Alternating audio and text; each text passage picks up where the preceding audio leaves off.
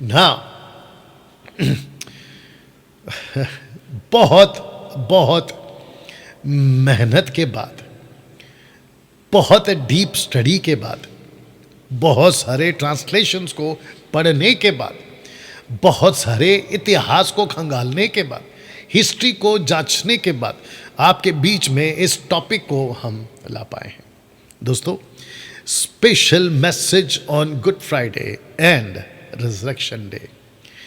जो एक वचन आपके बीच में मैंने पढ़वाया था कि अभिषिक्त पुरुष काटा जाएगा, दानियल की पुस्तक उसका 9वां अध्याय वचन 26। तो जिसके चलते दोस्तों आप जानते हैं कि आज की जो तारीख है, इस तारीख में जिसको हम कहते पूरी दुनिया गुड फ्राइडे सेलिब्रेट करती है। मैं समझता हूं कि मुझे सुबह से कई लोगों ने जो है मैसेज किया है और मुझे कहा है कि है ना, गुड फ्राइडे की जो भी वो मैसेज कन्वे करना चाहते थे उन्होंने मुझे किया है। इससे पता चलता है कि विश्व भर में आज के दिन एक ऐसे दिन को याद किया जाता है और वो दिन है, जैसे आप चित्र में भी देख सकते हैं, यीशु के मृत्यु के दिन को, जिसको कहते हैं गुड फ्राइडे। दोस्तों, ये जो शब्द है गुड और ये जो शब्द है फ्राइडे, इसको ऐसे मत लीजिएगा, मतलब अरे गुड फ्राइडे मतलब क्या अच्छा है, एक आदमी मर रहा है, अच्छा क्या है इसमें, इसको वैसे मत लीजिए। इसके डीप में जाना होगा, इसके डेप्थ में जाना होगा, इसको समझना होगा, ठीक है ना। तो जिसके चलते दोस्तों आज मैं ये दोनों एंगल आपके बीच में रखूंगा, तो जिसके लिए मैं चाहता हूं कि आप लोग आखिर तक बने रहें। अगर अभी तक किसी ने शेयर नहीं किया है, वॉच पार्टी नहीं की है, तो मैं चाहता हूं कि आप लोग जल्दी से करें और बातों को समझें। तो ये रिकॉर्डेड वीडियो और अभी जो लाइव चल रहा है, ये दोनों का दोनों एक साथ चल रहा होगा जब आपके पास में ये पहुंचेगा। तो मैं चाहता हूं कि इसकी एडिट वीडियोस भी आप लोगों के लिए अलग से अपलोड की जाएगी। एक बात को पूछकर आगे बढ़ना चाहूंगा, क्या आप इस विषय को सीखने के लिए तैयार हैं? तो जहां बैठे हैं बस चुपचाप बैठ जाएं। आपके आसपास का जो एटमॉस्फेयर है, माहौल है, उसको ऐसा मजबूत रखें कि आप लोग सीख सकें। तो are you ready for this? Now दोस्तों, good Friday and resurrection day, इसके ऊपर लाखों प्रचार किया जा सकता है, लाखों एंगल से इसके ऊपर प्रचार किया जा सकता है, इसकी सीख दी जा सकती है, इसके फायदे गिनाए जा सकते हैं, यीशु को लेकर बहुत सारी बातें की जा सकती हैं। लेकिन मैं जो आपके बीच में आज एंगल को रखूंगा, मैं समझता हूं, मैं गलत भी हो सकता हूं, याद रखिए, लेकिन जहां तक मेरी नॉलेज है, जहां तक मैं समझता हूं मसीह को 30 साल से, वो एंगल शायद ही किसी ने दिया होगा। तो दोस्तों, उसको समझने से पहले, वहां पहुंचने से पहले, मैं चाहता हूं कि ये जो शब्द है ना फ्राइडे, क्या सच में यीशु फ्राइडे शुक्रवार को मरा था? क्या यीशु रविवार को जिंदा हुआ था? इसके ऊपर जल्दी से बात करूंगा।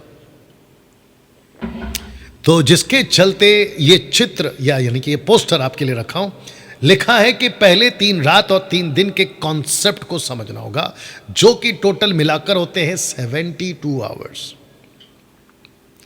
72 घंटे। 72 को 72 कहते हैं हिंदी में, राइट? 72 आवर्स वाला कॉन्सेप्ट को समझना होगा, क्योंकि अगर आप इसको नहीं समझे तो फिर दिक्कत हो जाएगी, क्योंकि सिद्ध होना बहुत जरूरी है, जो मैं आगे रखूंगा। नाउ 50% कैथलिक शुक्रवार की या शुक्रवार को गुड फ्राइडे मनाती है, 50% कैथलिक पूरे विश्व में, और बाकी सब भी जो प्रोटेस्टेंट है, बाकी जो ग्रुप है ना, वो लोग इस बात को मनाते हैं, ठीक है ना। ना दोस्तों, जब मैं कैथलिक की बात कर रहा हूं तो कैथलिक की जो स्थापना है वो 3rd सेंचुरी में आई, 3री सदी में। लेकिन उसके पहले 3 सदी तक, यानी कि पहली सदी के 33 एडी से लेकर बाकी जब तक कॉन्स्टेंटाइन या कैथोलिक का स्थापना नहीं हुआ तब तक क्या होता था, तो जिसकी चलते दोस्तों ये स्लाइड रखा। गुड फ्राइडे की बात अटक गई 2 ग्रुप में, या गुड फ्राइडे की बात अटक गई 2 ग्रुप में। कौन कौन सा ग्रुप है? एक जूविश और दूसरा कैथोलिक। बुधवार और शुक्रवार, वेडनेसडे एंड फ्राइडे का ये कॉन्सेप्ट है। और प्रोटेस्टेंट को मैंने ब्रैकेट में रख दिया है।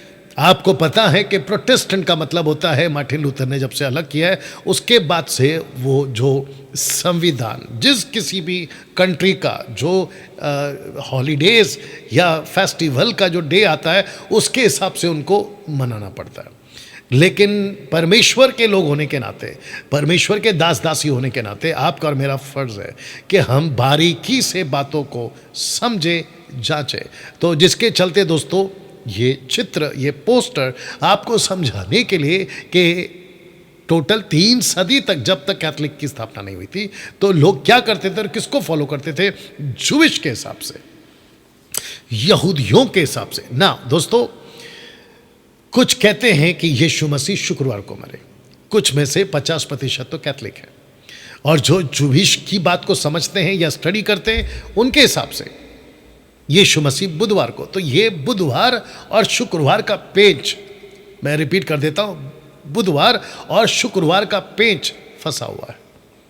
अब इसको समझने के लिए बहुत ज़रूरी है ना, जो बहुत ज़्यादा हाईली क्या कहते हैं ना, बहुत ज़्यादा पढ़े लिखे विद्वान टाइप के लोग जिनका दिमाग कुछ अलग ही चलता है, वो कहते हैं कि डैनियल भाई हमको क्या करना है, शुक्रवार है तो शुक्रवार, बुधवार है तो बुधवार, और ये तो हमारे पूर्वजों से चल रहा है, माता पिता हमने को यही सिखाया, हमारे पुराने पास ने हमको यही सिखाया। ठीक है, आपकी मर्जी है, लेकिन अगर आप मेरी बात करोगे एज अ बाइबल टीचर, मैं आपको सिखाना चाहूँगा। तो दोस्तों ये पोस्ट को ठीक से देख लीजिएगा। मैं चाहता हूं कि मसीह की देह, जिसको बॉडी ऑफ क्राइस्ट कहते हैं, परमेश्वर को पता था, यीशु को पता था, क्योंकि जब यीशु क्रूस पर मरे और जी उठने तक का के बीच का जो 72 आवर्स है वो कहां थे? माफ करना, पतरस को यीशु कहते कि पतरस मैं तुझे अधलोक की कलिसिया की को खुजी दूंगा, और अधलोक की, अधलोक का मतलब है हेडीस के फाटक प्रबल नहीं होंगे। ऐसा क्यों कहा? इफिसियों की पुस्तक 4 अध्याय वचन 7-8 में अगर आप पढ़ोगे तो कहता है कि यीशु मसीह जो बंदी था, बंधुआई को बांध ले गया और मनुष्यों को दान दिया। He led captivity captive and gave gifts unto men. ये क्यों कहा? तब जाकर आता है इफिसियों 4:11। बहुत ध्यान से सुनिएगा, मैं जबरदस्त कनेक्शन दे रहा हूं, ठीक है ना। और जितने लोग देख रहे हैं, मैं चाहता हूं कि आप लोग हमारे साथ में बने रहें। ओके ना, मुझे बेहद खुशी है कि कम से कम 700 के आसपास में लोग अभी जुड़ चुके हैं। इफिसियों 4:11, यहां 5 प्रकार की मिनिस्ट्री क्यों दी, और ये जो कॉन्सेप्ट है ना कि कोई भी दिन चलेगा, हमको क्या करना है? नो, यीशु की कलीसिया को सिद्ध होना पड़ेगा। लिखा है उसने कितनों को प्रेरित नियुक्त करके, कितनों को भविष्यवक्ता नियुक्त करके, कितनों को सुसमाचार सुनाने वाला नियुक्त करके, कितनों को रखवाले और उपदेश नियुक्त करके दे दिया। कहां दे दिया? कलीसिया को दे दिया। मेरे पास वक्त नहीं है पढ़वाने के लिए। आपको अगर पता होगा 1 कुरिन्थियों उसका 11 अध्याय वचन माफ करना 1 कुरिन्थियों 12 अध्याय वचन 28 में उसने लिखा है कि उसने कलीसिया में कईयों को नियुक्त किया, प्रेरितों को नियुक्त किया। ही अपॉइंटेड, उसने नियुक्त किया। एक्सक्यूज मी, उसने नियुक्त क्यों किया? ताकि कलीसिया बची रहे। किससे? पढ़िएगा वचन 12, जिससे पवित्र लोग सिद्ध हो जाए, जिससे पवित्र लोग सिद्ध हो जाए। आपको पता है, भारत सरकार के हिसाब से एक छोटा सा एग्जांपल दे देता हूं।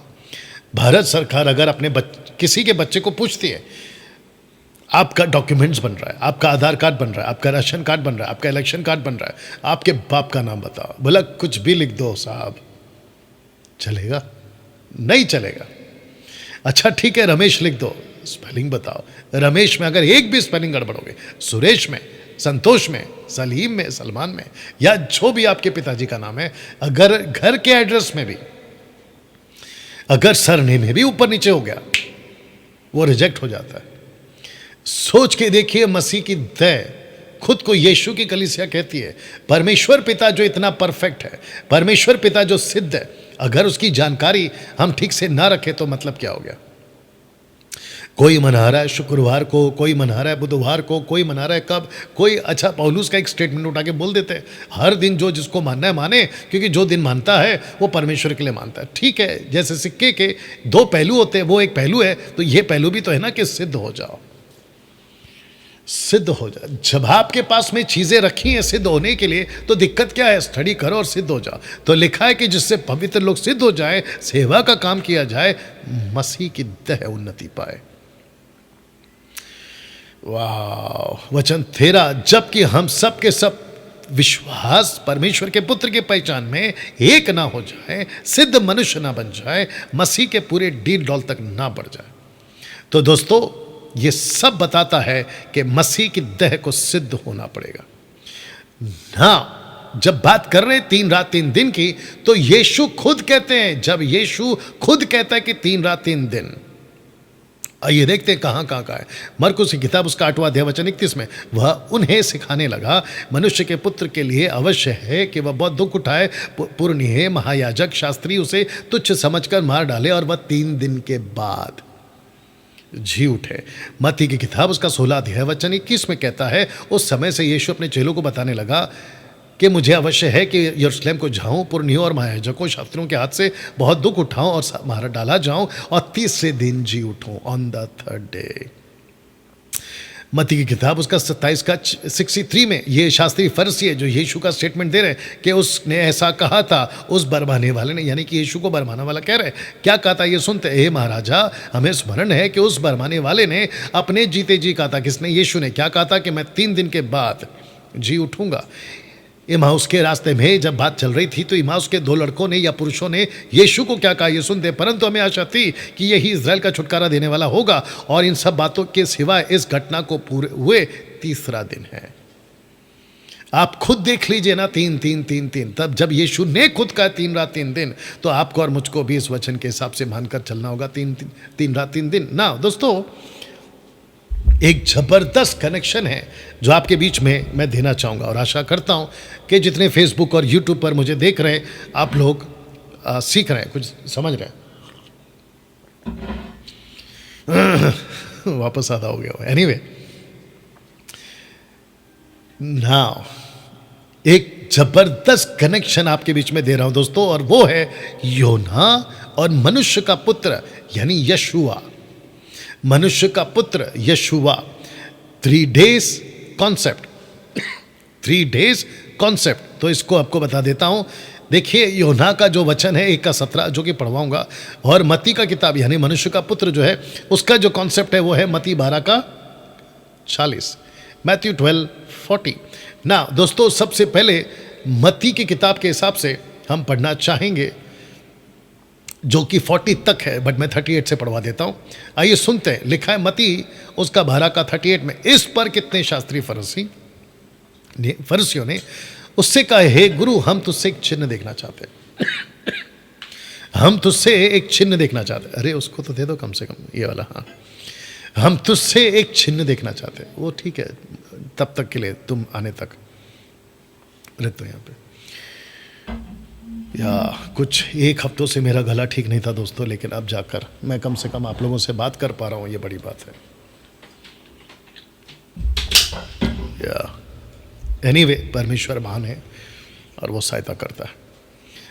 तो इस पर कितने शास्त्री और फरीसियों ने उससे कहा, यीशु से कहा, हे गुरु, हम तुझसे एक चिन्ह देखना चाहते हैं। आप इतनी बातें कर रहे हैं कि मैं मसीहा हूं, मैं उद्धार करता हूं, मैं वो है ना दानियल का नबी हूं जिसका जिक्र किया गया है, तो हमको एक चिन्ह दीजिए। आइए सुनते क्या कहा यीशु ने। उसने उन्हें उत्तर दिया, यीशु ने उनको उत्तर दिया। क्या दिया? कि इस युग के बुरे और व्यभिचारी लोग चिन्ह ढूंढते हैं। वाह, यहां इसको बोलकर यीशु रुक नहीं गए।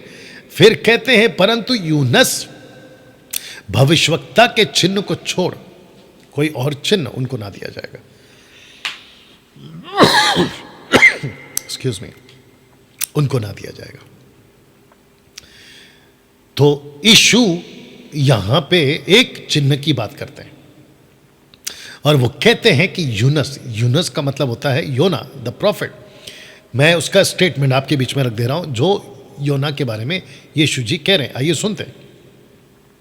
लिखा है यहोवा ने एक बड़ा सा मगरमच्छ, इंग्लिश में कुछ जगहों पे वेल आया है, बड़ा मछली ठहराया था, मगरमच्छ ठहराया था कि योना को निगल ले। और योना उस मगरमच्छ के पेट में, शब्द को ध्यान से सुनना, 3 दिन और 3 रात पड़ा रहा। 3 दिन 3 रात, कंप्लीट 3 दिन 3 रात। मत्ती की किताब उसका 12 का 40, जो कि मैंने आपको बोला था, बट हमने 38, 39, 40 भी आपको पढ़वाया था, 39 तक पढ़वाया था। Excuse me. लिखा है यूनस, ब्रैकेट में योना, यीशु का स्टेटमेंट है, 3 रात 3 दिन जल जंतु के पेट में रहा, वैसे ही मनुष्य का पुत्र यानी यशुआ 3 रात 3 दिन पृथ्वी के भीतर रहेगा। ना दोस्तों, एक छोटा सा इधर रख देना, एक छोटा सा कनेक्शन आपको दे रहा हूं। अगर आप गौर करोगे तो यहां पे शुरू होता है दिन और रात। जब यीशु, नहीं ठीक है, अच्छा ओके, यहां पे देख सकते हैं आप, ये वाला स्क्रिप्चर में यहां दिन शुरू होता है, रात पे खत्म होता है। जब यीशु बात करते हैं तो रात से शुरू करते हैं, दिन पे खत्म हो रहा है। ऐसा क्यों? आपको पता होगा कि जो निनवे का जो देश है ना, वो अन्य जातियों का है, लेकिन जब यीशु बात कर रहे हैं ना, तो वो यहूदियों से बात कर रहे हैं। तो ये जो एंगल है ना, ये आपको समझना होगा, क्योंकि यहूदियों का जो दिन शुरू होता है वो शाम से शुरू होता है। अन्य जातियों का जो दिन शुरू होता है, यानी कि सेकंड डे जो शुरू होता है, वो दोपहर को 12 के बाद से शुरू होता है। उसके हिसाब से आप लोग दिमाग में रखिएगा, ठीक है ना। तो ये जो 2 स्क्रिप्चर्स हैं, ये आपस में बताते हैं कि जैसे योना मछली के पेट में 3 दिन 3 रात, यीशु मसीह पृथ्वी के पेट में 3 रात 3 दिन रहेगा, कंप्लीट 24 आवर्स, 72 आवर्स। ना दोस्तों, 3 दिन का कॉन्सेप्ट और एक दे रहा हूं, यहूदियों का मंदिर और देह का मंदिर। यूहन्ना की किताब उसका 2 का 28 में या 18 में, माफ करना, 3 डेज कॉन्सेप्ट यहां पर भी है। मैं इसको आपको पढ़वाने जा रहा हूं। लिखा है यूहन्ना 2 का 18 में, इस पर यहूदियों ने उससे पूछा, यीशु से पूछा, तू जो ये करता है तो हमें कौन सा चिन्ह दिखाता है? यीशु ने उनको उत्तर दिया कि इस मंदिर को ढा दो, मैं इसे 3 दिन में खड़ा कर दूंगा। यहूदियों ने कहा, इस मंदिर को बनाने में 46 वर्ष लगे और क्या तू इसे 3 दिन में खड़ा कर देगा? वह अच्छा नहीं किसको पढ़ना, परंतु उसने अपनी देह के मंदिर के विषय में कहा था। सो वह मुर्दों से जब जी उठा, कौन? यीशु, चेलों की बात हो रही है। जब वह मुर्दों से जी उठा तो उसके चेलों को स्मरण आया, उनके चेलों को स्मरण आया। क्या स्मरण आया? कि उसने कहा था, यहां पे देखिए जो लेखक है ना यूहन्ना, वो दोनों को टैली कर रहा है। ओके, आपने ऐसा बोला था, लेकिन चेलों को याद कब आया? जब यीशु जी उठे, ये उसको लिख रहा है, ठीक है ना। तो मुर्दों से जब जी उठा तो उसके चेलों को स्मरण आया कि उसने ये कहा था, और उन्होंने पवित्र शास्त्र यानी कि यूहन्ना का स्टेटमेंट और वचन की जो यीशु ने कहा था, दोनों पर विश्वास किया। वाह! तो दोस्तों, अब प्रश्न उठता है, क्या यीशु शुक्रवार को मरे थे? बिल्कुल साफ लिखा हूं, यशुआ फ्राइडे को नहीं मरा था। कैसे पता चलेगा? Let's see from Jewish angle. यहूदियों के दृष्टिकोण से आपको हम समझाते थे, to understand the death of Jesus Christ we have to look the Jewish angle. तो इसको आप लोग ठीक से देख लीजिएगा, और मैं समझता हूं कि आप लोगों को जल्दी से अद्भुत बातें, या अच्छा है, अद्भुत बातें आप लोगों को मैं बताता चला जाऊं, ठीक है ना। वो एक ड्रॉप है, देखो वहां पे, इसमें नहीं डाला, ओके, ये दे दो फिर। ये दे दो दोस्तों, माफ़ी चाहता हूँ, आज आपके बीच में थोड़ा सा ये वाला वो वाला बात सब चल रहा है, क्योंकि मेरा गला जो है वो आप लोगों के पास ठीक से पहुंचना ज़रूरी है ना। To understand the death of Jesus Christ we have to look the Jewish angle. हमें यहूदियों का जो एंगल है उसको देखना होगा, तब जाकर हमको पता चलेगा कि माजरा था क्या, पेच कहाँ फंसा हुआ है। देखिए, जिसको हम बाइबल कहते हैं ना दोस्तों, जिसको हम बाइबल कहते हैं ना दोस्तों, ये वाला कैथलिक, प्रोटेस्टेंट्स, दुनिया के जितनी भी कलीसियां हैं, इन सबको पता कहां से चला यशुआ के बारे में, मसीहा के बारे में? मूसा की वजह से। मूसा कौन था? यहूदी। मूसा को कैसे पता चला कि हमारे बाप दादाओं का परमेश्वर कौन है? अब्राहम। अब्राहम को किसने सिखाया? नूहा। नूहा को किसने सिखाया? मतूशेला। और आपका हनोक। हनोक को किसने बताया? शैत। शैत को किसने बताया कि हमारा सच्चा परमेश्वर कौन है? आदम। ये सब का सब हिस्ट्री आता कहां से है? जूइश, यहूदियों की तरफ से। तो अगर उस एंगल को नहीं समझेंगे तो हमें कुछ भी समझ में नहीं आएगा ना। दोस्तों, मैं चाहता हूं कि आपको एक ऐसा फोटो दिखाऊं, आपको एक ऐसा चित्र दिखाऊं जिसके लिए आपको समझना जरूरी है और आप बातों को समझ जाओगे। सबसे पहला ये चित्र देख लीजिएगा दोस्तों, ये चित्र देख लीजिएगा दोस्तों, या परफेक्ट, ये चित्र देख लीजिएगा दोस्तों। ये चित्र में आपको कुछ दिख रहा होगा। ये मूसा है जो 6 लाख लोगों को, इनफैक्ट हम ऐसा बोलना चाहिए 18 लाख लोगों को निकल कर, बीवी बच्चे पुरुष सबको पकड़ के बात कर रहा हूं, ठीक है ना।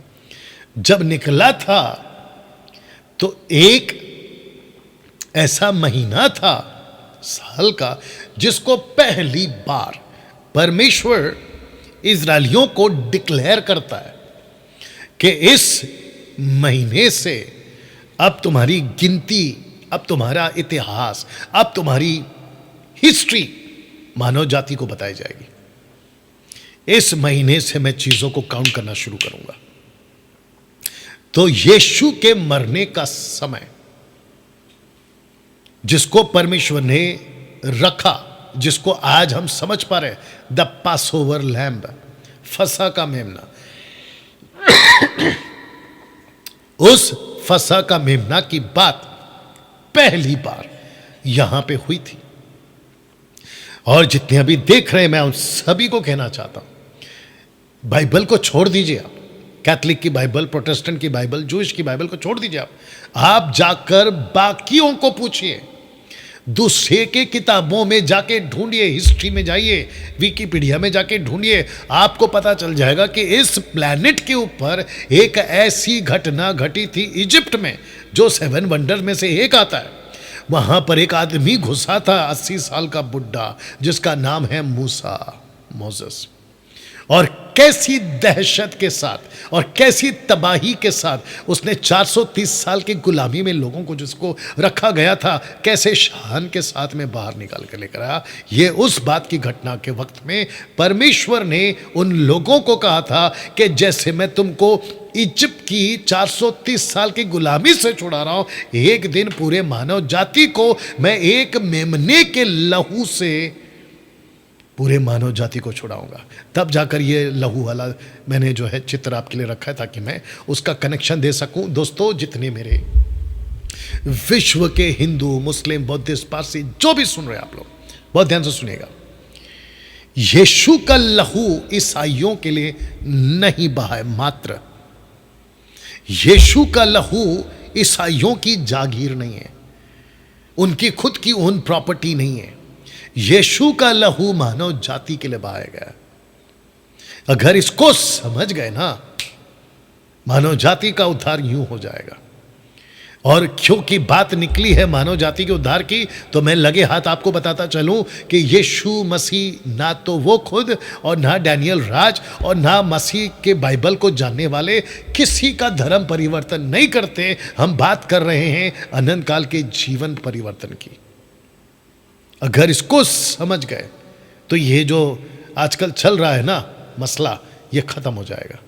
तो दोस्तों, यीशु के मरने का समय, द पास ओवर लैम्ब, कौन सा महीना साल का? लिखा है कि निसान नाम के पहले महीने को चुना। निसान नाम महीने के, इसको कहते साल का पहला महीना। जैसे आज हमारे लिए, अन्य जातियों के लिए, जेंटाइल्स के लिए साल का पहला महीना होता है जनवरी, इन लोगों के लिए था साल का पहला महीना निसान। और इसको कहते हैं, इसी महीने में परमेश्वर ने एक पर्व स्टार्ट किया था जिसको बाइबल कहती है ये यहोवा का पर्व है, जिसको कहते हैं यहोवा का फसा। ये यहोवा का फसा है, यहोवास फीस्ट ना। दोस्तों, ये कहाँ लिखा है? आपके बीच में रख रहा हूं। मैं समझता हूं कि बहुत डिटेल में मैं आया हूं, वक्त आज लगेगा लेकिन मजा आएगा। एक्सोडस चैप्टर 12 वर्स 2, जहां पे शुरुआत हुई थी, 430 साल की गुलामी का वो रात था जहां से निकलना था, उसी रात को परमेश्वर ने ये बात कही कि ये महीना कौन सा? निसान। ये महीना तुम लोगों के लिए आरंभ का ठहरे, अर्थात वर्ष का पहला महीना यही ठहरे। 12 का 3, इज़राइल की सारी मंडली से इस प्रकार कहो कि इसी महीने के 10वें दिन को तुम अपने अपने पितरों के घरानों के अनुसार घराने पीछे एक एक मेमना ले लेना। मेमना, लैम्ब ले लेना, ले रखना। वचन 5, तुम्हारा मेमना निर्दोष पहले वर्ष का नर हो, और उसे चाहे भेड़ों में से लेना चाहे बकरियों में से, और इसी महीने के 14वें दिन तक उसे रख छोड़ना। उस दिन गोधूली के समय, ब्रैकेट में इवनिंग की बात हो रही है, यानी शाम की बात हो रही है, शाम की बात हो रही है। यीशु क्रूस पर मरे दोपहर को, यीशु को दफनाया शाम को। इजरायलियों की सारी मंडली के लोग उसे बलि करेंगे। अब आप सोच के देखिए दोस्तों, ये घटना कब की है? कम से कम नहीं तो भी 2000 साल के आसपास का गैप है। यीशु की बातों को परमेश्वर यहोवा ऐसे जोड़ता है। देखिए कितना साफ लिखा है। ऐसा नहीं लिखा है कि जो तुम बलि करने के लिए मेमना लोगे वो नर होगा, नारी नहीं, नर होगा, यानी कि मेल गोट या मेल शीप, बकरी या बकरा, माफ करना, भेड़ों से या बकरियों से, लेकिन वो नर होगा। साथ में कैसे होगा?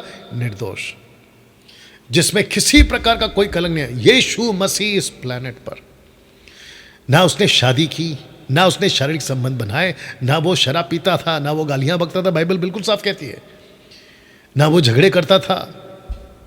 ऐसा यीशु की बात यहां पर पहले से बता दी गई थी। लेकिन किसको लेना था? इजरायलियों को अपने खुद के लिए लेना था। इसको जब मैं बना रहा था तो मेरे दिमाग में एक बात दौड़ गई थी, मैं आपको अभी बता देता हूं क्या है वो, जो मैंने यहां पे नहीं डाली। और वो जो बात वो दौड़ गई वो ये थी, बहुत ध्यान से सुनिएगा, बात वो ये थी कि हर एक को अपना मेमना लेना है। अगर कोई कहता है कि मेरा पिताजी पास्टर है तो मैं बच गया, बिल्कुल नहीं। मेरा भाई पास्टर है तो मैं बच गया, बिल्कुल। मेरा पति पास्टर है तो मैं बच गया, बिल्कुल नहीं। आप सबको अपना अपना मेमना लेना है। और याद रखिएगा, हम सबको परमेश्वर के सामने अपना हिसाब देना है। और बहुत गजब की बात बोलने जा रहा हूं, ध्यान से सुनिएगा। ये मेमना और उसका लहू और उसकी कीमत से जो आपको मिलने वाला बेनिफिट है, गिफ्ट है, वो बिल्कुल मुफ्त है, आपको कोई कीमत नहीं चुकानी है। बताइए, मानव जाति के लिए मुफ्त कर दिया गया है ये उद्धार ना। दोस्तों, लेविटिक्स चैप्टर 23 वर्स 4 में क्या लिखा है? जो कि उसके बाद इजरायलियों ने इसी प्रथा को कंटिन्यू किया। कैसे पढ़ते हैं? लिखा है कि फिर यहोवा के पर्व, याद रखो ये अभी किसका पर्व हो गया? यहोवा का, इसलिए मैंने डाला था। जिनमें से एक एक के ठहराए हुए समय में तुम्हें पवित्र सभा करने के लिए प्रचार करना होगा। इजरायलियों को कहो। पता है क्यों? क्योंकि यीशु को पृथ्वी पे लाना था, यीशु की बात को तवज्जो देना था। सेकंड दीजिए। यीशु की बातों को लोगों के सामने दिमाग में फ्रेश रखना था, खास करके इजरायलियों के लिए, यहूदियों के लिए। तो जिसके चलते परमेश्वर बार बार याद दिलाता था कि निसान का महीना 14वां दिन, निसान का महीना 14वां दिन, निसान का महीना, कैसे तुम मेमने को लाओगे, कैसे तुम उसको मारोगे, कैसे वो बलि किया जाएगा, ताकि एक दिन जब मसीहा, वाह, तो लिखा है पवित्र सभा करने के लिए प्रचार करना होगा। और ये है, और वो ये है एक्सक्यूज मी, वचन 5 लिखा है कि पहले महीने के 14वें दिन को गोधूली के समय यहोवा का फसा हुआ करे। वचन 23:6, उसी महीने के 15वें दिन को यहोवा के लिए अख़मीरी रोटी का पर्व हुआ करे। अब इसको पढ़िएगा, उसमें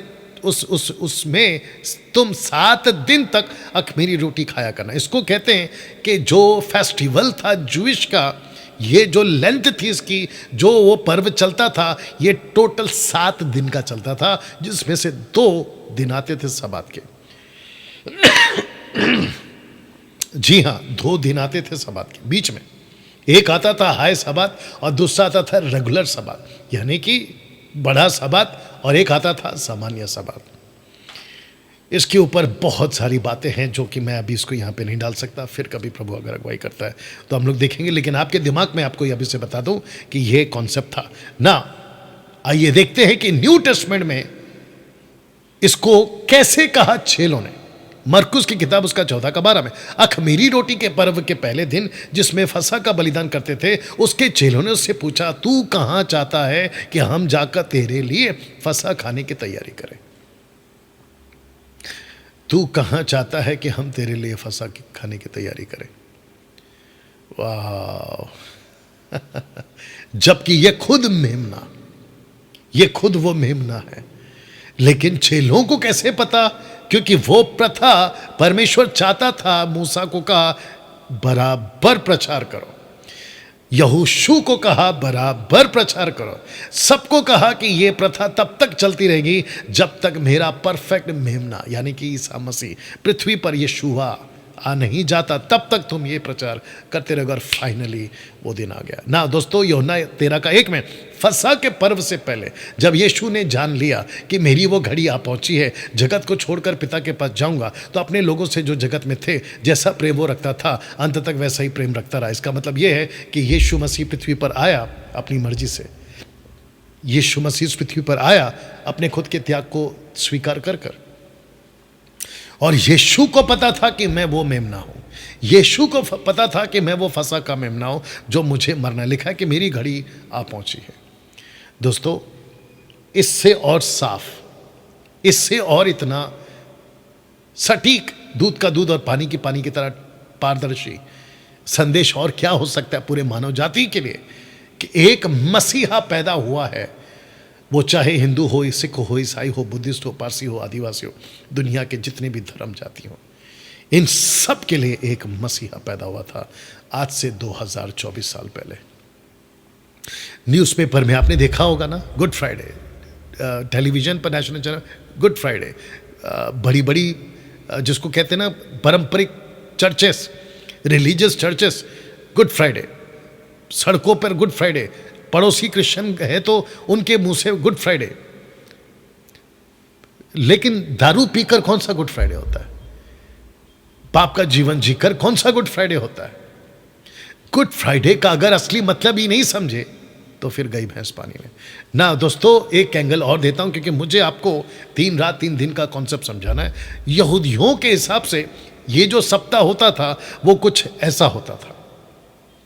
उस तरफ में हिब्रू उसका ट्रांसलेशन है, इंग्लिश यहाँ पर है, और ये जो मैंने आपके लिए रखा है, डे 1 को क्या कहते हैं, डे 2 को क्या कहते हैं, लेकिन 7वां देखिएगा, योम शब्बात, शब्बात, ये राइट प्रोनाउंसिएशन, शब्बात, योम शब्बात।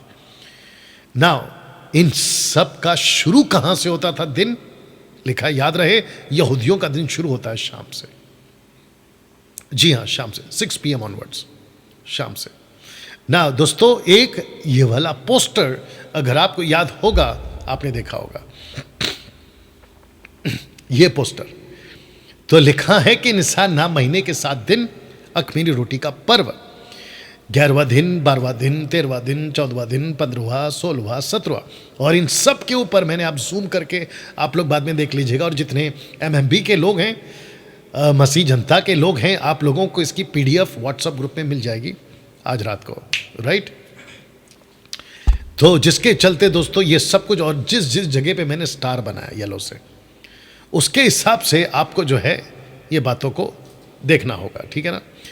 तो मैं एक एक करके अब आपको ये मैं आपको डिटेल में समझाऊंगा, ओके? एक एक करके मैं आपको हर चीज़ को समझाऊंगा, और जो कि हम आपके बीच में पोस्टर को इसलिए रखें ताकि मैं आपको कनेक्ट करा सकूं। तो सबसे पहला पूरा सप्ताह अखमीरी रोटी का ही सप्ताह चलेगा, जिसको कहते हैं अनलेवेंड ब्रेड इंग्लिश में, और वो कहाँ है? लेविटिक्स चैप्टर 23 वर्स 6 में।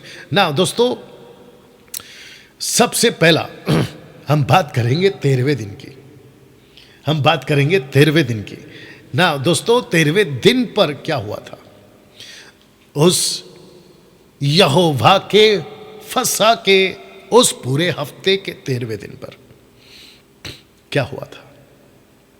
ओके, साथ ही साथ परमेश्वर की अद्भुत योजना जो ईसा मसीह यशुआ के पैदा होने से और एक्सोडस चैप्टर 12 मूसा का 430 साल की गुलामी से बाहर निकालने की रात। एक सेकंड दीजिए।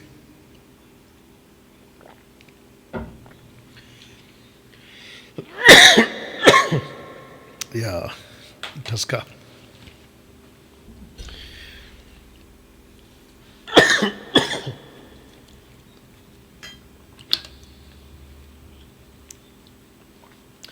वो अंदर सूखता है ना, तब खांसी आता है।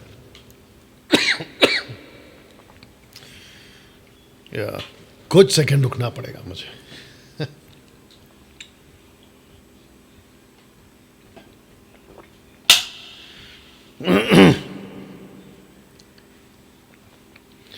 ओके, आई थिंक अभी हम बढ़ सकते हैं आगे। ओके, उस पूरे हफ्ते को 7 दिन में आपके बीच में रखा गया है ना। दोस्तों, 13वें दिन क्या होता है? लिखा है कि 13th डे यानी कि ट्यूसडे, मंगलवार की रात को यशुआ वॉज अरेस्टेड। यीशु को अरेस्ट कर लिया गया। चित्र आपके बीच में रख रहा हूं, उसमें दिख रहा है सब कुछ। दोस्तों, मेरी कोशिश होती है कि चित्र दिखाकर आपको कनेक्ट करूं, समझाऊं। ओके, ये वचन पहले पढ़ लीजिएगा, मत्ती 26 का 2। यीशु क्या कहते सुनिए। तुम जानते हो कि 2 दिन के बाद फसह का पर्व होगा। 2 दिन बाद, वाह, 14-15 फसह का पर्व होगा। उस मनुष्य का पुत्र, और मनुष्य का पुत्र माफ करना, क्रूस पर चढ़ाए जाने के लिए पकड़वाया जाएगा। दूसरे शब्दों में, यीशु पासओवर के दिन, जिसको कहते हैं परमेश्वर का पर्व, उस शाम यीशु क्रूस पर मार दिया जाएगा। और ये सब कुछ यीशु अपने चेलों को बताते हैं। और आपको याद होगा कि ये जो चित्र है, ये कौन सा इलाका है? ये वो जगह है जिसको कहते हैं गतसमनी का बाग। गतसमनी का बाग। यहां पर एक उसका खुद का चेला, जिसका नाम है यहूदा इस्करियोत, जूडा, वो आता है, उसको धोखा देता है। यीशु का पता रोम की सेना को बता देता है। और यहीं पर यीशु पूछते हैं, जो कि पंजाब का एक पास्टर है, बड़ी मिनिस्ट्री चलाता है, उसका नाम मेरे यहां पर है लेकिन नहीं लूंगा। कहता है कि जो लोग यहां गिरे थे, जो पकड़ने आए थे, इन्होंने पूछा, यीशु ने पूछा, किसको ढूंढ रहे हो? तो उन्होंने कहा कि यीशु को। तो जैसे ही यीशु ने कहा मैं हूं, तो वो नीचे गिर गए। कौन? सिपाही। इस घटना को उठाकर जब चर्च में लोग को वो गिरा रहा होता है, तो कहता है कि देखो ये है पवित्र आत्मा। तो मैं उस मूर्ख से पूछूंगा, मैं मूर्ख इसलिए कह रहा हूं क्योंकि ऐसी बातों को हम बर्दाश्त नहीं करेंगे। वो मूर्ख अपने चर्च को सिखाता है ये वाला कॉन्सेप्ट उठाकर, कहता है कि जो वहां नीचे गिरे थे इसलिए तुम यहां पे गिरे। क्या बकवास है भाई। दया आती है तुम्हारे चर्च के लोगों पर। यीशु कहता है कि मत्ती 23 में यीशु कहता है कि जो मूसा की गद्दी पे बैठे हैं ना, शास्त्री फरीसी, वो खुद तो स्वर्ग नहीं जाएंगे, लेकिन कईयों के लिए क्या कहते हैं, रुकावट का कारण बन जाएंगे, रोड़ा बन जाएंगे। ये शब्द ढूंढ रहा था। खुद तो नहीं जाएंगे, ना दूसरों को जाने देंगे। ये वाले लोग हैं ये लोग, इसलिए गुस्सा आता है। बताइए। एनीवे वापस आते हैं इस टॉपिक के ऊपर। तो यहां पर ये बात घटी और पौलुस क्या कहता है सुनिए, क्योंकि हमारा भी फंसा जो मसीह है बलिदान हुआ। तो दोस्तों मरकुस 14 का 42, उठो, यीशु कहता है गत्समनी बाग में, उठो चले, देखो मेरा पकड़ने वाला निकट आ पहुंचा है। यूदा इस्करियोत नीचे आ चुका है ना। दोस्तों ये चित्र को रख रहा हूं कि Wednesday Yeshua was killed and buried between 3 p.m. to 6 p.m. on 14th day. तो 13th डे को Jesus was arrested, Yeshua was arrested. 14th Wednesday को Yeshua was killed and buried. अब आपको मैं कॉन्सेप्ट बता देता हूं कि जब ये सब कुछ हो रहा था, यानी कि 14 तारीख की दोपहर को 3 बजे के बाद यीशु ने जब अपने प्राण त्याग दिए, तो वहां से एक प्रोसेस स्टार्ट होना था कि दफनाने का, क्रूस पर से हटाना है और दफनाना है। इसको जितना जल्दी हो सके उसको कंप्लीट करो। किसका कहना था? आइए सुनते हैं यूहन्ना की किताब उसका 19 का 31 में। इसलिए कि वह तैयारी का दिन था, यहूदियों ने पिलातुस से विनती की कि उनकी टांगे तोड़ दी जाए। किसकी? जो क्रूस पे चढ़े। अगर वो क्रूस पे नहीं मरे हैं तो उनकी टांगे तोड़ दी जाए।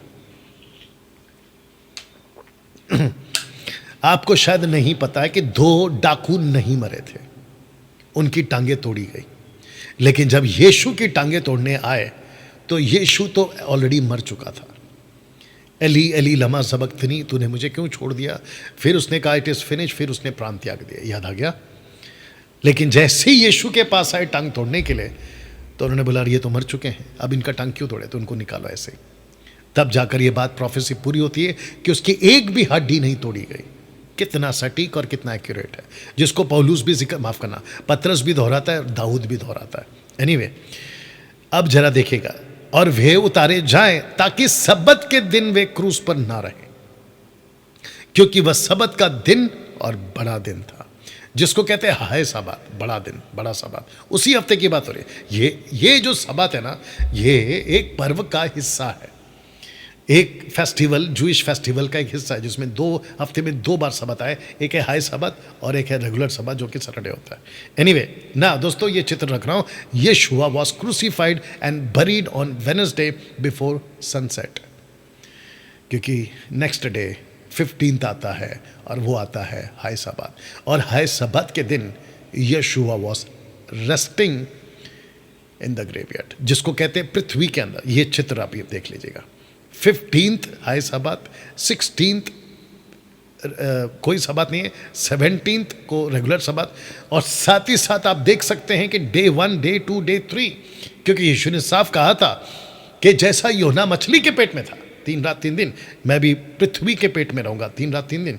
तो लिखा है कि यीशुआ पृथ्वी के भीतर 24 घंटा, वेडनेसडे टू थर्सडे। यीशुआ पृथ्वी के भीतर 24 घंटा, थर्सडे टू फ्राइडे। यीशुआ पृथ्वी के भीतर 24 घंटा, फ्राइडे टू सैटरडे। और साथ ही साथ आपके लिए मैंने ये टाइम दे दिया है 6 PM to 6 PM, 6 PM to 6 PM, 6 PM to 6 PM। वाह, आशा करता हूं कि आप अभी तक बात समझिए। जितने फेसबुक पर, यूट्यूब पर हैं, जितना हो सकता है इसको शेयर करें। और इसकी अलग से रिकॉर्ड हो रही है वीडियो, और मैं चाहता हूं कि उसको भी आप लोगों को जब अपलोड करूंगा तो खूब शेयर करेगा। तो दोस्तों ये स्लाइड, ये पोस्टर आपको अलग से मिल जाएगा, जो कि आपके लिए बनाया गया है व्हाट्सएप पे पर PDF के रूप में। बट अगर अभी किसी को देखना है डिटेल में, तो आप लोग बाद में इसको पॉज करके देख सकते हैं और अपनी स्टडी को ठीक कर सकते हैं। ओके ना, यहाँ तक ठीक ना। दोस्तों आपको अभी तक क्या पता चला कि 13th की रात यीशुआ वॉज अरेस्टेड, 14th जिसको पास ओवर लैम्ब कहते हैं, Yeshua was killed, but 15th, 16th and 17th यीशु मसीह 72 आवर्स के लिए, जैसा उन्होंने कहा था, वो मट्टी के अंदर है, पृथ्वी के पेट में बोल सकते हैं हम, ठीक है ना। ना दोस्तों इसको देखिए, Yeshua was risen on Sunday, risen on Sunday, risen या first day of the week. Excuse me, Yeshua जिंदा हो गए। इसको देख लीजिएगा, कुछ सेकंड रख रहा हूं।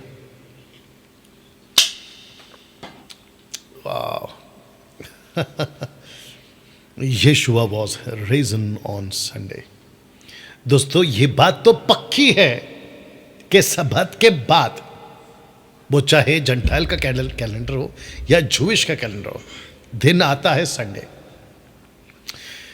तो यीशु जिंदा हुए। मैं चाहता हूं कि ये वचन आपके लिए मैं पढ़वाऊं। यूहन्ना की किताब 20 में लिखा है, सप्ताह के पहले दिन मरियम मगदलनी भोर को अंधेरा रहते, याद रखो, अंधेरा रहते ही कब्र पर आई और पत्थर को कब्र से हटा हुआ देखा। ध्यान से सुनिएगा, वचन को ठीक से पढ़िएगा, ठीक है ना।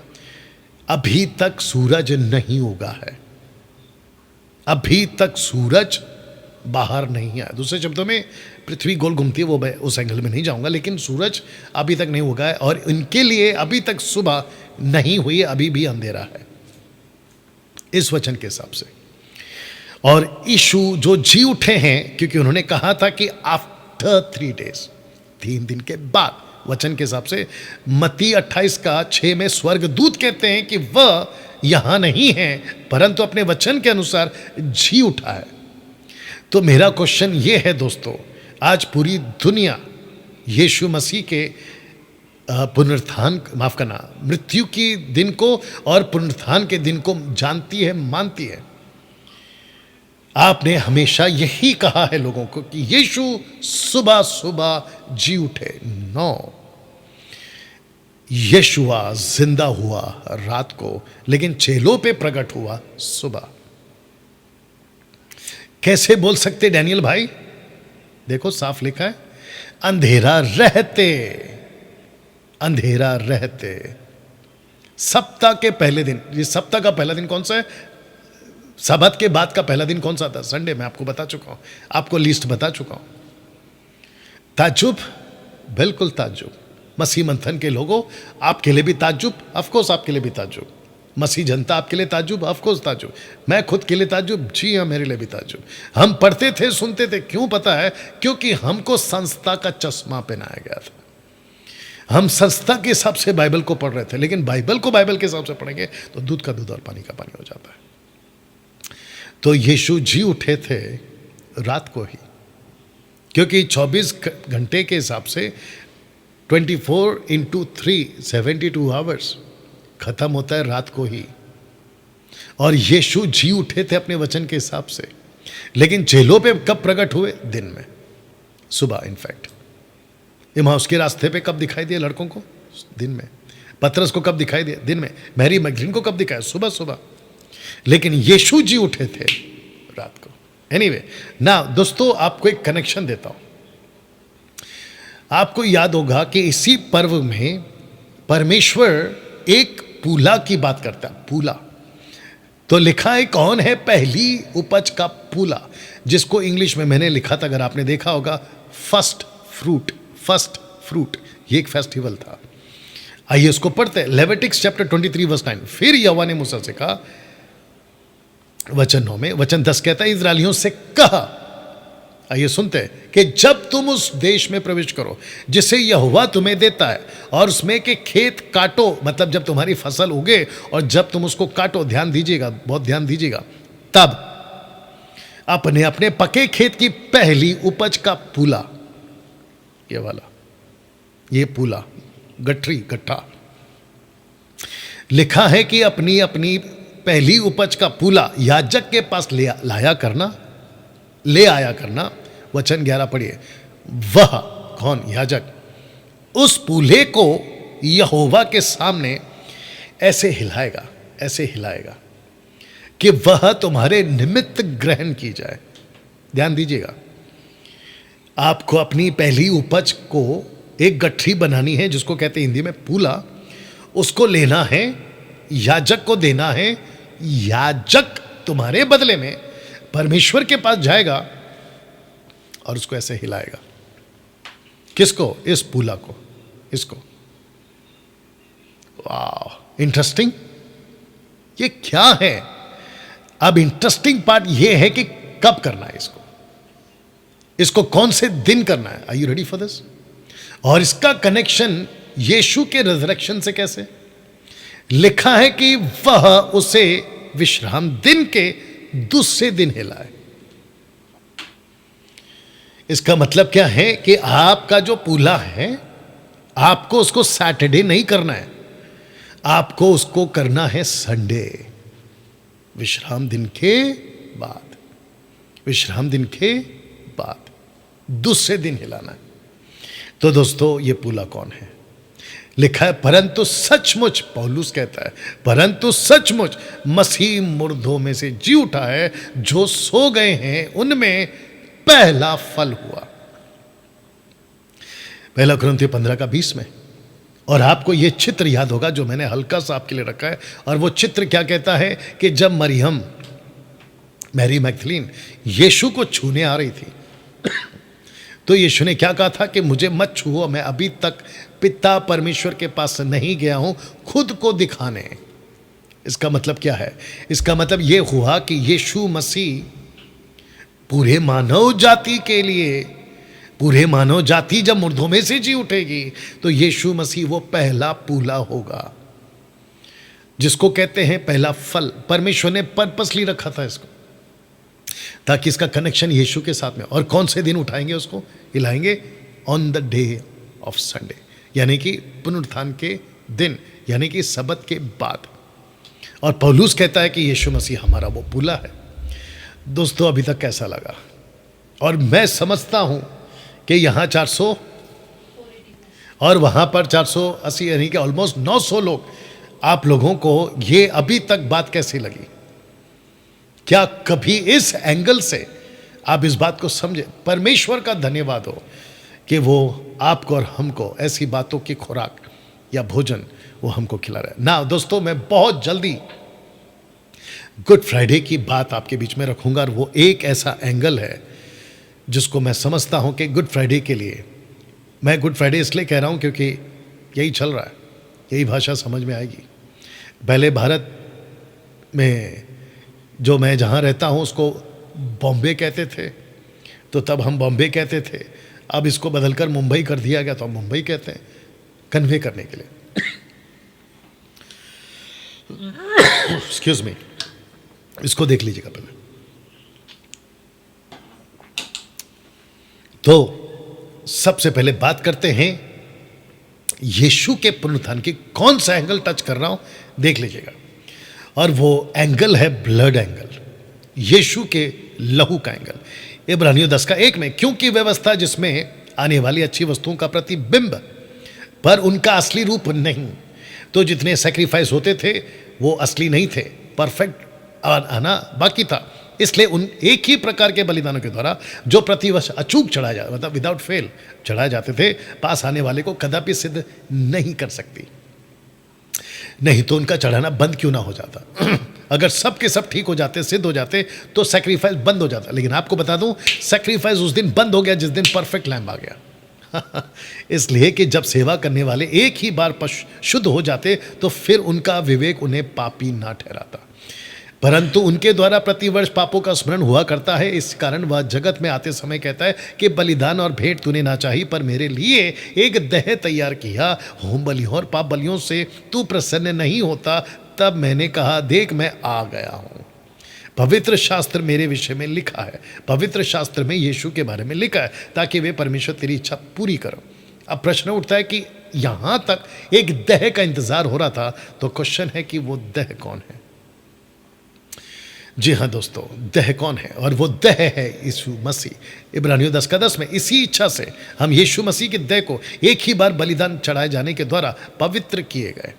यीशु मसीह बार बार क्रूस पे नहीं चढ़े, एक ही बार चढ़े। और वो देह कौन था? यीशु था ना। दोस्तों, मैं चाहता हूं कि आप इसको भी पढ़िए। रोमियो 5:8 में लिखा है, परंतु परमेश्वर हम पर अपने प्रेम की भलाई इस रीति से प्रकट करता है कि जब हम पापी ही थे, तभी मसीह हमारे लिए मरा। तभी मसीह हमारे लिए मरा। जब हम पापी थे, मसीह हमारे लिए मरा। पहला पत्र 3:18, इसलिए कि मसीह ने भी अर्थात अधर्मियों के लिए धर्मी ने पापों के कारण एक बार दुख उठाया, ताकि हमें परमेश्वर के पास पहुंचाए। वाह! अब दोस्तों प्रश्न उठता है कि यीशु के देह के द्वारा, जी यीशु के देह के द्वारा हम सबको परमेश्वर के पास पहुंचने का एक्सेस मिल गया, यानी कि लाइसेंस मिल गया। बट सबसे इंपॉर्टेंट यह है कि इस देह से निकला क्या? इस देह से क्या निकला दोस्तों? Are you ready for this? इस देह से निकला लहू, ब्लड। लहू, ब्लड, बहुत ध्यान दीजिएगा।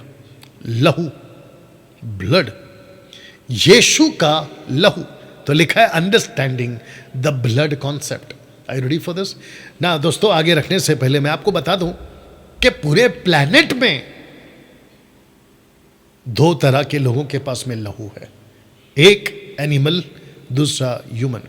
अभी जब मैं बात कर रहा हूं एनिमल की, तो उसमें सब आ गए, पक्षी, जानवर, जीव जंतु, रेंगने वाले, जलचर जो भी बोलते हैं, क्रीचर जो भी बोलते हैं, ठीक है ना, इन सब में भी लहू है।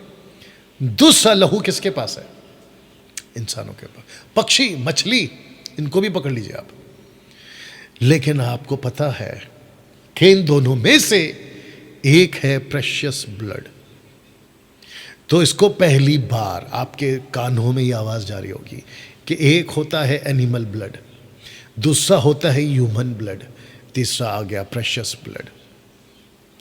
क्योंकि एनिमल के ब्लड ने, मैं पीछे से पढ़वाते आ रहा था ना, सैक्रिफाइस हर साल होते थे, सैक्रिफाइस एवरी वीक होते थे, कई धर्मों में आज भी हो रहे। एनिमल्स के सैक्रिफाइस आज भी हो रहे। बच्चों का तक बलिदान आज भी होता है कई अलग अलग कॉन्सेप्ट में, ठीक है ना। लेकिन इन तीन कैटेगरी में से प्रेशियस ब्लड की बात कर रहे डैनियल भाई। कौन है वो प्रेशियस ब्लड जिसको बाइबल पहला पत्र उसका 1:19 कहते हैं, पर निर्दोष और निष्कलंक मेमने अर्थात मसीह के बहुमूल्य लहू के द्वारा। तो यीशु का लहू जानवरों से भी ज्यादा प्रेशियस है, यीशु का लहू इंसानों से भी ज्यादा प्रेशियस है। यीशु का लहू इस प्लैनेट में जितने भी के शरीर में लहू है, उन सब से बढ़कर यीशु का लहू प्रेशियस क्यों है? क्योंकि यीशु का लहू आपको आजाद करता है। मत्ती 26:28, क्योंकि वह वाचा का मेरा वो लहू है जो बहुतों के लिए पापों की क्षमा के निमित्त बहाया जाता है। यूहन्ना की किताब उसका 6:53 में यीशु ने उनसे कहा, मैं तुमसे सच सच कहता हूँ, जब तक मनुष्य के पुत्र का मांस ना खाओ और उसका लहू ना पियो, तुम में जीवन नहीं है। यूहन्ना 5:6-56 में, जो मेरा मांस खाता है, मेरा लहू पीता है, वह मुझ में स्थिर बना रहता है और मैं उसमें। लहू। यूहन्ना प्रेरितों की किताब 20:28 में कि तुम परमेश्वर की कलीसिया की रखवाली करो जिसे उसने, ब्रैकेट में यीशु ने, अपने लहू से मोल लिया है। इफिसियों की किताब उसका 2:13, पर अब तो मसीह यीशु में तुम जो पहले दूर थे, मसीह के लहू के द्वारा निकट हो गए हो। इब्रानी किताब उसका 10:19 में, सो हे भाइयों, जबकि हमें यीशु के लहू के द्वारा उस नए जीवते मार्ग में पवित्र स्थान में प्रवेश करने का हिया हो गया। किसके द्वारा? लहू के द्वारा। हिब्रू किताब उसका 9:12, बकरों और बछड़ों के लहू के द्वारा नहीं, अपने ही लहू के द्वारा एक ही बार पवित्र स्थान में प्रवेश किया, अनंत छुटकारा प्राप्त किया। कुलुस्सी 1:20 में, उसके क्रूस पर बहाए हुए लहू के द्वारा मेल मिलाप करके सब वस्तुओं का उसी के द्वारा अपने साथ मेल कर लिया, चाहे वे पृथ्वी पर की हो चाहे स्वर्ग की हो। किसके द्वारा? लहू के द्वारा। इफिसियों 1:7 में, हमको उसमें उसके लहू के द्वारा था छुटकारा, पापों की क्षमा उसके उस अनुग्रह के धन के अनुसार। लहू को परमेश्वर कहता है धन, लेखक कहता है धन। पहला यूहन्ना 1:7 में, उसके पुत्र यीशु का लहू हमें सब पापों से शुद्ध करता है। पहला यूहन्ना 2:2, और वही हमारे पापों का प्रायश्चित है, केवल हमारे ही नहीं वरना सारे जगत के पापों का भी प्रायश्चित है। इब्रानी 9:12, और बकरों और बछड़ों के लहू के द्वारा नहीं, पर अपने ही लहू के द्वारा एक ही बार पवित्र स्थान में प्रवेश करके अनंत छुटकारा प्राप्त किया। वाह। Excuse me. अब आप सोच के देखिए दोस्तों, वो जो एंगल मैंने आपके लिए रखा गुड फ्राइडे यानी कि यीशु के मृत्यु के दिन का, वो है लहू। मेरा प्रश्न है, क्या आज आप इस लहू की कीमत को जानते हो? जानते हो क्यों मैं ऐसा कह रहा हूं? क्योंकि दुनिया के सभी धर्म और धर्मगुरु लहू का आदर करते हैं, लहू का आदर करते हैं। क्यों? या लहू का आदर करते हैं, जानते हैं क्यों? क्योंकि लेविटिक्स चैप्टर 17:11, क्योंकि शरीर का प्राण लहू में रहता है, उसको मैंने तुम लोगों को वेदी पर चढ़ाने के लिए दिया है कि तुम्हारे प्राणों के लिए प्रायश्चित किया जाए, क्योंकि प्राण के कारण लहू ही से प्रायश्चित होता है। सब वस्तुएं लहू के द्वारा शुद्ध की जाती है और बिना लहू बहाए क्षमा नहीं है। बताइए ना दोस्तों, लास्ट पार्ट ये है जी, रिजरेक्शन ऑफ जीसस। सब ठीक है? रिजरेक्शन ऑफ जीसस, यीशु का पुनरुत्थान, यीशु का पुनरुत्थान। और यीशु का पुनरुत्थान का जो एंगल है ना, वो है सप्ताह के पहले दिन, सप्ताह के पहले दिन। और मैं इसको आपको देने जा रहा हूं कि लिखा है कि वह है resurrection on first day of the week.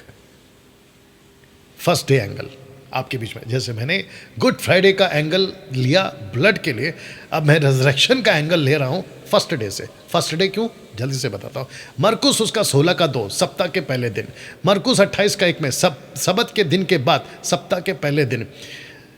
लूका की किताब उसका 23 का 56 में, लौटकर सुगंधित वस्तुएं और इत्र तैयार किया सबत के दिन, तो उन्होंने आज्ञा के अनुसार विश्राम किया, मतलब सबत के बाद वाला दिन ना। इसको देखिए, यूहन्ना 20 का 1 में, सप्ताह के पहले दिन मरियम मगदलिनी को भोर को अंधेरा रहते ही कब्र पर आई, जो कि आप लोग पढ़ चुके हैं ना दोस्तों। इसको पढ़िएगा यूहन्ना 8 का 12 में। तब यीशु ने फिर लोगों से कहा कि जगत की ज्योति मैं हूं, जो मेरे पीछे हो लेगा वो अंधकार में ना चलेगा परंतु जीवन की ज्योति पाएगा।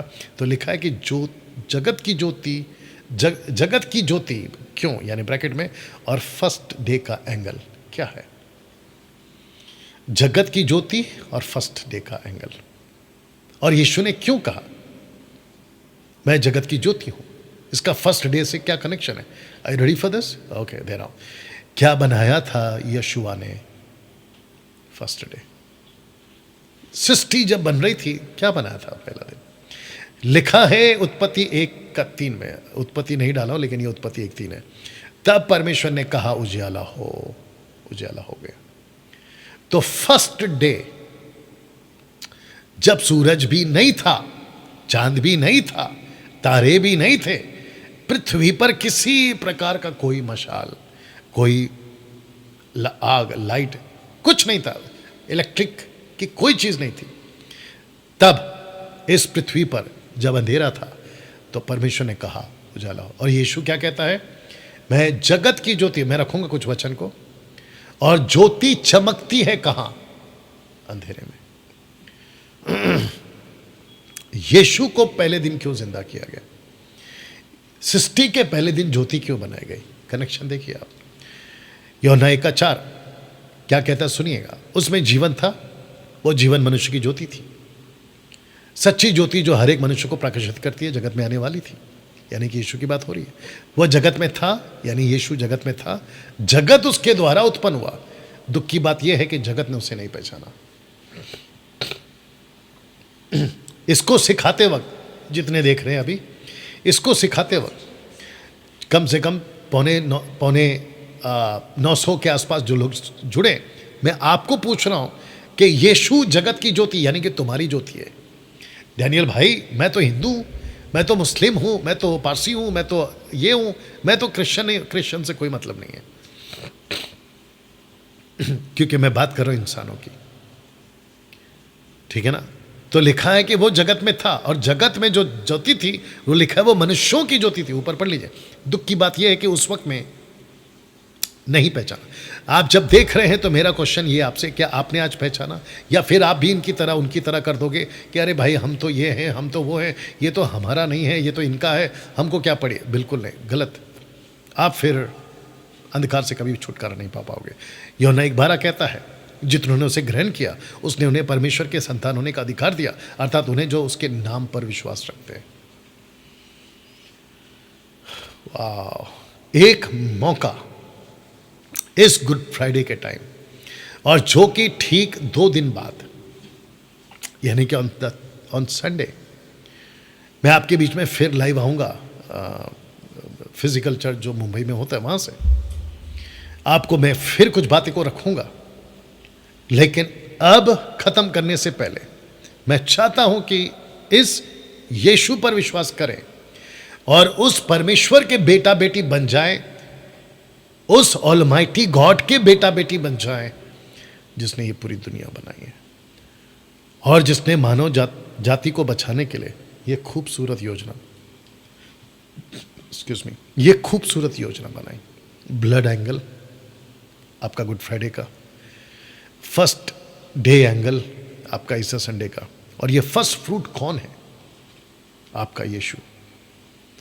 अगर इस तरीके से आप यीशु के अंदर आ जाते हो, परमेश्वर आपको इस वचन के मुताबिक ग्रहण करता है। परंतु जितनों उसे ग्रहण किया, क्योंकि यीशु वो है जिसको एक्सेप्ट कर लिया गया है, और जो भी यीशु में रहेगा अल्टीमेट वो भी एक्सेप्टेड है, तब जाकर ये फर्स्ट फ्रूट का कॉन्सेप्ट आपके बीच में लाया हो ना। दोस्तों, इसी स्लाइड के साथ आज की जो मैं मीटिंग है इसको मैं फिनिश करने जा रहा हूँ। आशा करता हूँ कि आप लोगों ने आज बहुत कुछ सीखा है। दोस्तों, मिलते हैं अगले वीडियो के साथ। आशा करता हूँ कि आप लोग परमेश्वर के साथ इस वीडियो के माध्यम से, इस शिक्षा के माध्यम से